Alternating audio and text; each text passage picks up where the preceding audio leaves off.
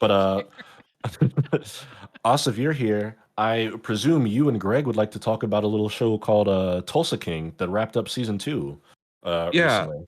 Greg, did you watch the season finale? I did. I did. We watched it. Okay. Oh, okay. There you go. Okay, cool. So yeah, the show wrapped up season 2. I dropped a video in the live stream channel last night because my algorithm on YouTube must be talking to Paramount Plus because now interviews with Sylvester Stallone, but also there's like a Tulsa King YouTube channel where they're posting like shorts that are clips from the show. So like the algorithm knows that I love Tulsa King. But the interesting bit of news in that video that I posted was that Sylvester Stallone essentially confirmed season 3. He was talking about how there's a bunch of stuff that they have planned for XYZ character in the next season. So I think there will be a season 3 of this, which is not that surprising given the success of the show, right, Greg? Like, it was the #1 show on the app the last month. Like their original stuff. I mean, for Paramount Plus, that's a big win for them because you know what I mean. Like they, like that. I think that platform has struggled with finding like a hit show, and they found one, right? Yeah, I mean they had Yellowstone. I guess was probably their biggest one, right? Is that right? Before this, Is it Yellow That Jackets? is, Yellow yeah. Jackets. Yellowstone. Yellow Jacket is on a different network. Okay, Yellowstone, I though, get is one. confused. There's so many shows now. And then they saw success obviously with like the South Park specials, but like they didn't have a regular series that you could point to that was like carrying the channel or that app, because this isn't on CBS. Like this is No, it's for Paramount Plus specifically. It's literally made for Paramount Plus.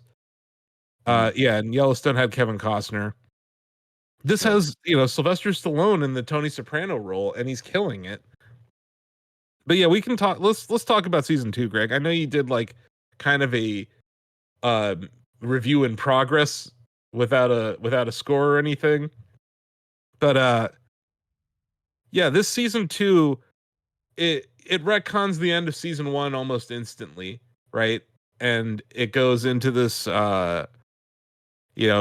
the expansion of everything that happened in season 1. So you're seeing Dwight, the character played by Stallone, expanding his empire essentially. During this season, they buy a car dealership. They acquire a wind farm to power their hydroponic weed grow operation. They're expanding. And the thing that I found interesting, Greg, is like as they expand, the violence also expands. And the thing I love about violence in this show is it's not like, oh, there's a 15-minute scene where everything it's almost always unexpected or surprising, and it's fast, right? Like it's never this drawn out torture scene or something. It's just guy tried to do something, guy gets shot, guy dead. Or guy shows up at someone's house, he's standing outside in his car, someone tries to shoot him, right? There's also like a reason for the violence. There's always a reason behind it. It's not just Yeah. random. Yeah. Yeah, there's a cause and effect to every act of violence in this show, and there's like a procedure. And during this season, one of the characters is wronged, and he acts outside of the normal way that they behave in their family, right? It's a family, right? It's like a bunch of outcasts that have come together in this family that Stallone is now the head of. But yeah, it's interesting because that scene, I don't want to spoil who it was, but the scene where this guy wants revenge for his family being attacked, and they go through like, here's the procedure that you need to do, and then he goes and he ignores all those instructions and basically starts a mob war in the back half of this season. I thought that was a really interesting plot point for that character, because he's we're watching him break bad essentially, right, Greg? Like we watched him go from just like a 25-year-old guy who didn't know anything about organized crime to now like killing people, or His trying to kill people into the underworld, basically. Yeah, that's the big thing. and then, but also the but you also see the juxtaposition of that with his family, like his actual mom and dad reacting to his downward spiral, that I thought was really interesting. They almost killed a beloved character like in the middle of the season, and then they kill a character a little bit later. And the to your point, Greg, like the retribution for the attack on the member of their family, that scene, I think it's in the second to last episode at the ranch. Yep.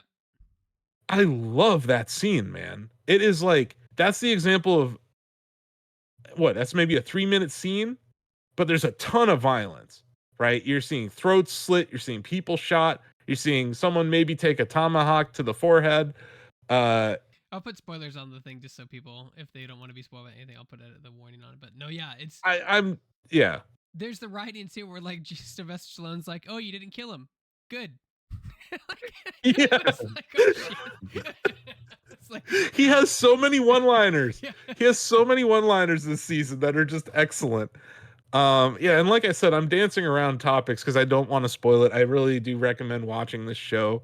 But yeah, Greg, this isn't a spoiler, but like, Should I take off the spoiler tag and take it off? I don't. You it's kind of. I'm talking about the very end of the last episode, so I guess it's kind of a spoiler. But at the same time, given what they did with the end of last season and how they retconned it in the trailer for season 2, I kind of think the same thing might happen here. What did you think of the very end? Oh, I wasn't. I thought it kind of sucked. I thought it was a wet fart ending. I don't like that either because I like it better because like when you're in television, like obviously he doesn't know if he was going to get a season 3 when you're producing the show, right? Like as it starts to get out there, you get the numbers, then you get in talks, and then you sign it. So but like you should always, if you have a story, you should always plan on telling that story, even if it doesn't end. Like you should still plan on, because otherwise you get what you get in season 2, that weird ending that just kind of like, oh, now all of a sudden this is gonna happen. Like it was it was that carnival, and then this happened. It's like, but who are these people? Why did we never hear them? Like, you know what I mean? Like they should have had that in the background, in some variation during the season. You know what it reminded me of? The last few seasons of Doom Patrol.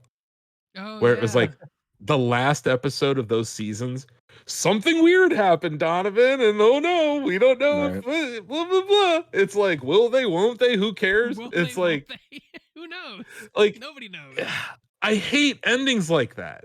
So like I loved season 2 of Tulsa King up until the last 2 minutes of the last episode, and I was like, this is dumb. It's forced. I was like, that's stupid. Forced, yeah.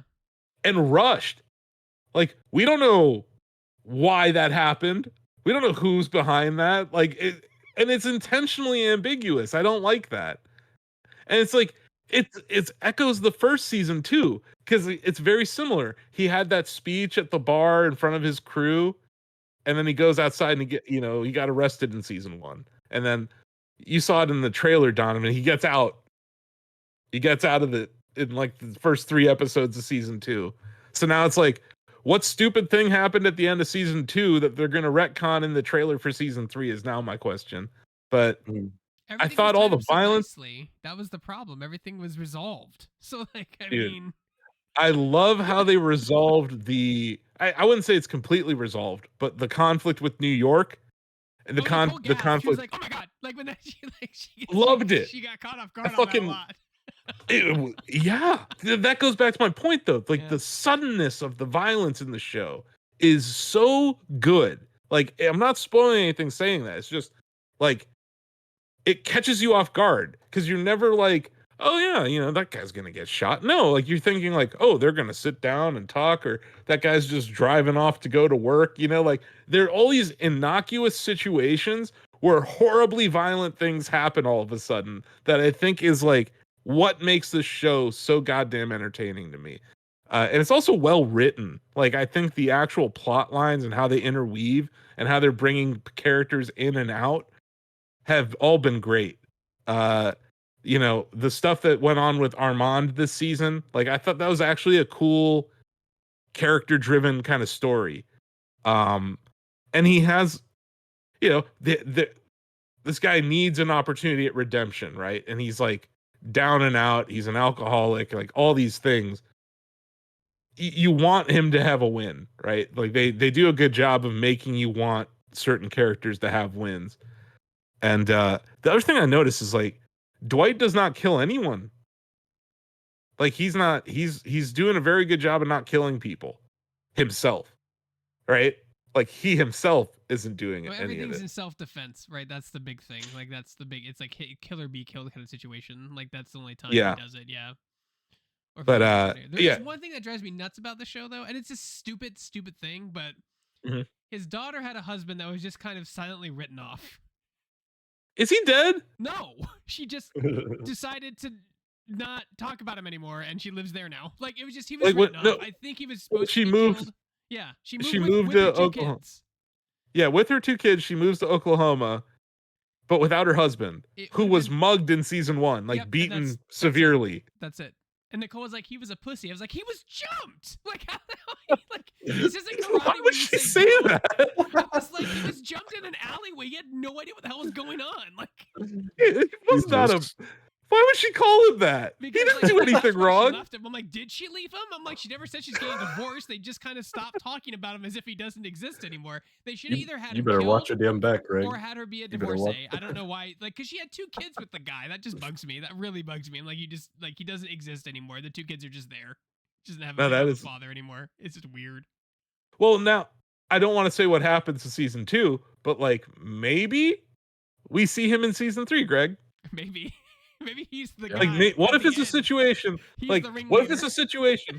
What if it's a situation where he had to work? Like he worked on Wall Street or something. You know? I don't know. They don't talk about it. They never mention it. We don't know. That's my point. They didn't tell us anything about this man except that he was married to this lady. We saw him at one scene in season 1 where he's talking to Dwight, and then we at that meal, right? And then we see him in like another season 1 episode where he gets beaten severely, and then we see him in the hospital, and that's it. He's gone forever after that. Yeah, that's it. And like people like it's not, and I get that it's not important, but like his daughter had 2 kids with him. Like, come on, he had to be a little bit important. And even in the description of episode 10 for season 2, it says we're gonna tie up all the loose ends this episode. Yeah, the husband just died. That guy just doesn't even exist. That is wild. That is wild, Greg. That's a very good point. Yeah. And Nicole's wrong. She's wrong for saying that. That's like, mean. I was jumped. Like, I mean, he did nothing wrong. Already, let's fight. Like that's how that works in the mob world. They don't say go. It's all like karate. Yeah. You know what's funny? Like, I don't know. I told you the algorithm is just injecting Tulsa King into my YouTube feed now. Those Google so it's your number. It's reminding me like. So your point about the son-in-law sound, the thing that's starting to bother me is like, when did Tulsa, Oklahoma become some sort of cosmopolitan hub of gang violence? Yeah, because last season it was Irish gangs, the Irish gangs in Tulsa, and then this season it's the Chinese gangs, because Chinese gangs in Tulsa. Was it all those Irish and Chinese immigrants? All of them. They all plop down in Tulsa, Donovan. You know, because it's clearly a huge port, so the shipping containers are not like. What are we talking? How? Yeah, it's random. But like the one that does make sense, like the group that does make sense, is having the Native Americans be a part of this show and seeing how they're involved in organized crime. That seems plausible and actually cool. And I think they've been pretty respectful of Native Americans and how they're portrayed on the show, with actually having like real Native American actors and stuff. So I think they've done a very good job on that front, but it's like just the premise, like when they sit him down in that first episode, Greg, and they're like Tulsa, that premise still just doesn't like. No, and what is his driver? I'm trying to find just the character's name and the driver's name. I can't remember his name. Tyson? Yeah, Tyson. In the opening pilot, he's like, who runs things around here? Nobody runs things except the Irish gangs and this other mob and the Chinese mob. Whoops. And this random rich white guy who has oil money. Just kind of there, yeah. It's like, it makes me wonder, like, what gangs are running Canton? Is there an Irish gang here? Probably. Maybe. Possibly. Are the Chinese here?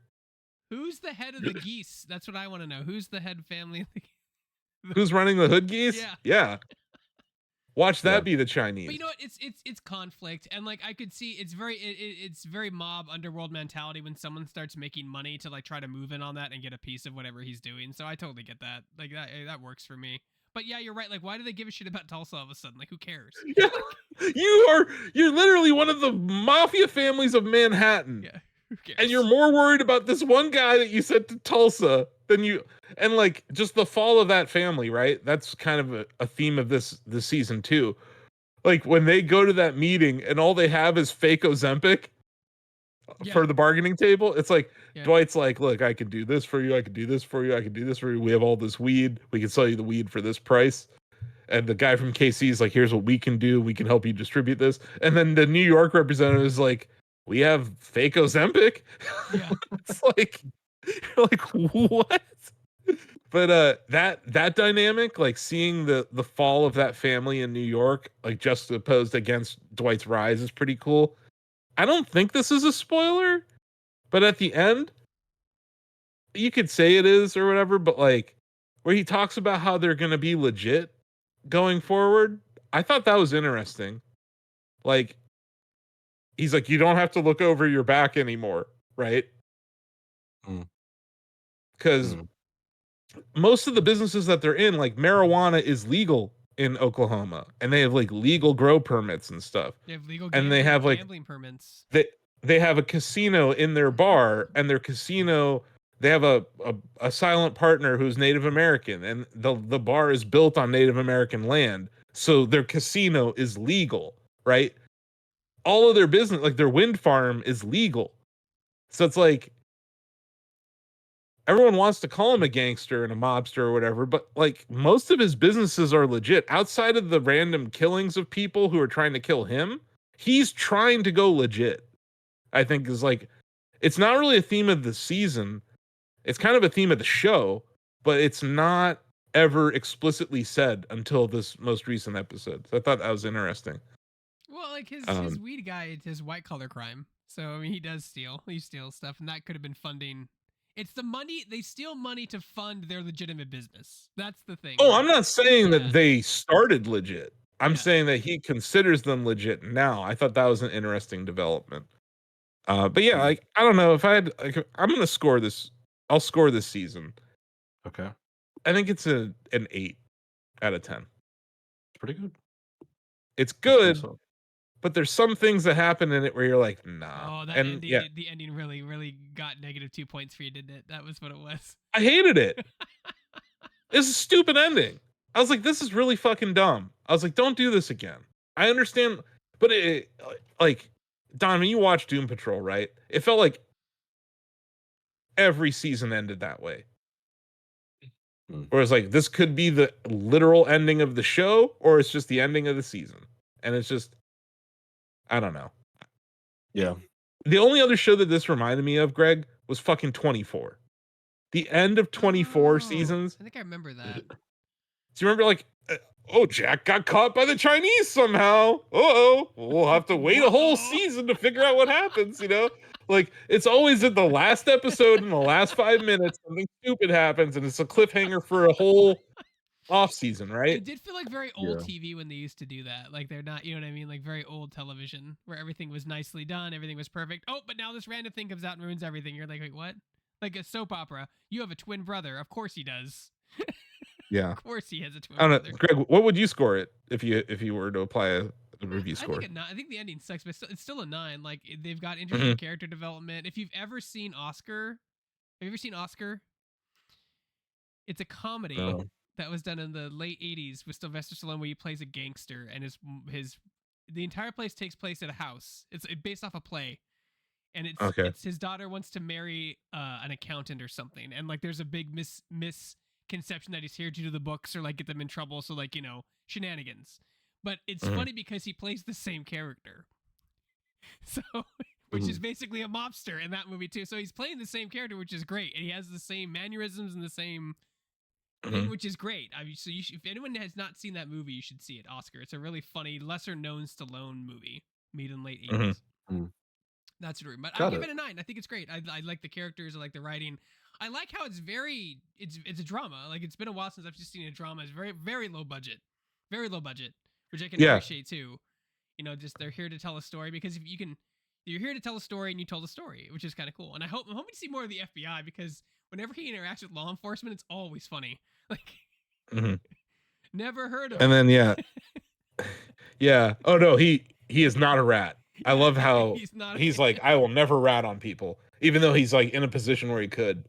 And that's why he was so mad about after he got out after 25 years that family tried to kill him while he was in jail, even though he was keeping his mouth shut. Like he's I think he's a more likable person than Walter White, but he's similar in that he's a bad guy, but you find yourself rooting for him. Is he though? Like, right? He just bends the rules a lot. Is he a bad guy? Like you said, most of the killings are justified. Like it's either him or them when he does kill. You know what I mean? Like, he does some like, you know, like when Armin tried to kill him, which is why he got into that mess to begin with. If he hadn't tried to kill him, he probably would have been much better off. So, you know, like it's like he tried to kill him. It wasn't like like he shot at him. You know what I mean? Like this was not like a miss. Like it was bad. I don't know. I don't feel like, I think that's what makes him so interesting, is that he lives in this world of. You're right. There's a sense of morality to everything he does. A sense of right and wrong, and also like a philosophical background. He quotes The Art of War a lot. Like, he's very he said like very educated. That's the whole point. Is he educated himself for 25 years in jail? That was like some of the best wins don't occur occur with no battle fought. I was like, that's I think that's his philosophy, and you see it applied throughout the show. He corrects Brody a lot, because Brody's like the second most intelligent one in his group, but he corrects him once in a while, which is funny. And to Denny's point, Walter White, he gets worse. You're watching a downward spiral, whereas like Dwight almost is the opposite. You're watching like a redemption story. Yes. But there is this scene in season 1. I can't remember her name. The girl who's like great. She's got an amazing shot.